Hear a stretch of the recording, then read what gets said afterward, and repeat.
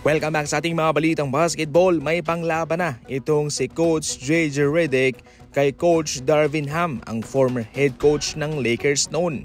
Marahil isang malaking pride para kay Coach Darvin Ham ang kanyang ginawang run sa end-season tournament o ngayon ay tinatawag ng NBA Cup dahil wala pa silang talo at naka-back-to-back championship pa siya sa NBA Cup. Mas matimbang daw yun kumpara ngayon sa record ni Coach JJ Redick sa Lakers na sa mga unang laban ay hirap naman. So balit ngayon mga idol, eto sila'y bumabawi at sila'y panglima na sa Western Conference standing. At eto pa mga idol, kung si Coach Darvin Ham ay 1 win and 7 losses versus Sacramento Kings, itong si Coach JJ Redick naman ay 4 wins and 0 losses sa season na ito laban sa Kings at ito'y kanilang winalis pa. Yan daw sa ngayon ang panlaban na ni Coach JJ Redick kay Coach Darvin Ham. Ina-appreciate mismo ni Dennis Schroeder ang bawat panalo niya sa Golden State Warriors sa unang panalo niya na nangyari mismo sa road game ng Golden State Warriors. Ayon pa sa kanya, ito raw yung simula ng kanilang maraming panalo na gagawin pa. Sa kanilang laban naman kontra Phoenix Suns ay sila'y nanalo mismo sa mismong home court naman nila.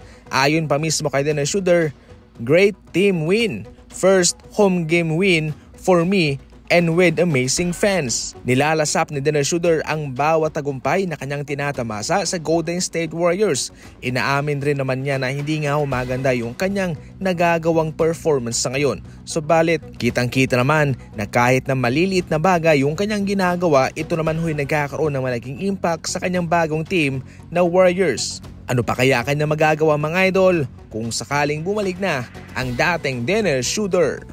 Sa pagsibak ng Sacramento Kings sa kanilang Coach of the Year na si Coach Mike Brown, marami ang umaasa na magbabago na kahit papano ang tinatakbo ng kanilang kupunan. Subalit mga idol, ganun pa rin naman ang kanilang ipinapakitang laruan sa ngayon. Sa kanilang laban kontra Lakers, ganun pa rin bagsak yung kanilang depensa. Sa first quarter, nagbigay sila ng at least 40 points at sa third quarter, 42 points ang kanilang inalaw. Maging si Doug Christie, ang pansamantalang head coach ng Sacramento Kings, ay kinall out na mismo ang mga malalaro na kailangan nilang gawin yung kanilang parte na dapat ay mag-focus sila sa laro at gawin nila yung kanilang 100% para sila'y manalo. Mapahanggang sa ngayon ay marami pa nga rin ho ang nagulat dahil sa ginawa ng Sacramento Kings sa isang taong nagpabalik sa kanila sa pagiging contender. Ngunit pagkatapos lamang ng ilang kapalpakan ay ito'y kanilang sinibak.